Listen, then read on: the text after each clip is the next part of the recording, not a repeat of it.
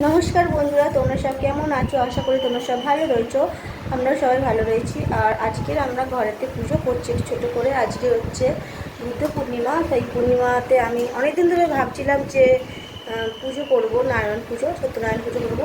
তো আজকে আমরা পুজো করছি, তো তোমাদের দেখাবো আমরা যেটা জোগাড় করে রেখে দিয়েছি। তো চলো দেখা যাক।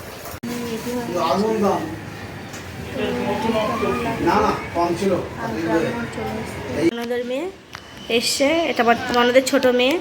ও এখানে ধরেছি গুছাই রাখছে। ব্রাহ্মণ এখন আসেনি, সব আমার রেডি হয়ে রয়েছে। এই যে ব্রাহ্মণ রেডি হয়ে রয়েছে, সব আসেনি।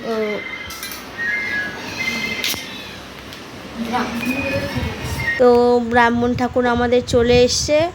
তো আমি গুছিয়ে রেখেছিলাম কিছুটা ব্রাহ্মণ মশাই গুছিয়েছে। আর হচ্ছে এই যে আমার এটা ননদের মেয়ে, মেজো মেয়েটা। আর আগে যেটা ধরেছি ছোটো, এটা আমার হাজব্যান্ড রেডিও বসে আছে, পুষ্পাঞ্জলি দেবে। তো সকাল থেকে উপোস করে আছে আমার সাথে। আমি এখানে নারকেল কোড়াচ্ছি।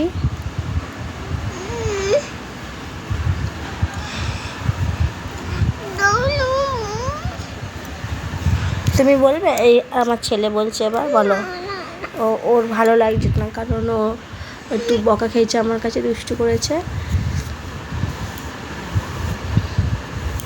আর দেখো না, সব ব্যালকনিতে উঠে বসে, জানলার মধ্যে। এটা আমাদের ব্যালকনি না, এটা আমাদের জানলা। সব জানলার মধ্যে উঠে বসে রয়েছে। আমরা বসে পড়েছি পুষ্পাঞ্জলি দেওয়ার জন্যে।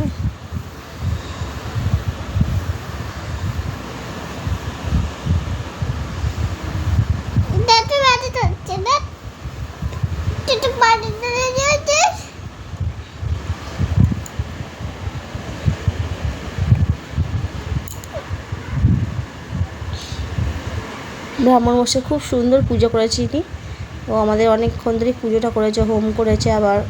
তো প্রায় 1:30 অবধি পুজো করেছে। সকাল 11টায় এসে 11টার সময় এসে 1:30 অবধি পুজো করেছে। আমাদের পুজো খুব ভালো হয়েছিল।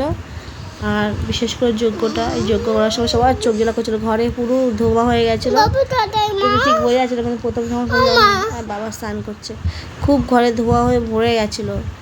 আর আমার মেয়ে চোখ জ্বালা করছে, কেমন থেকে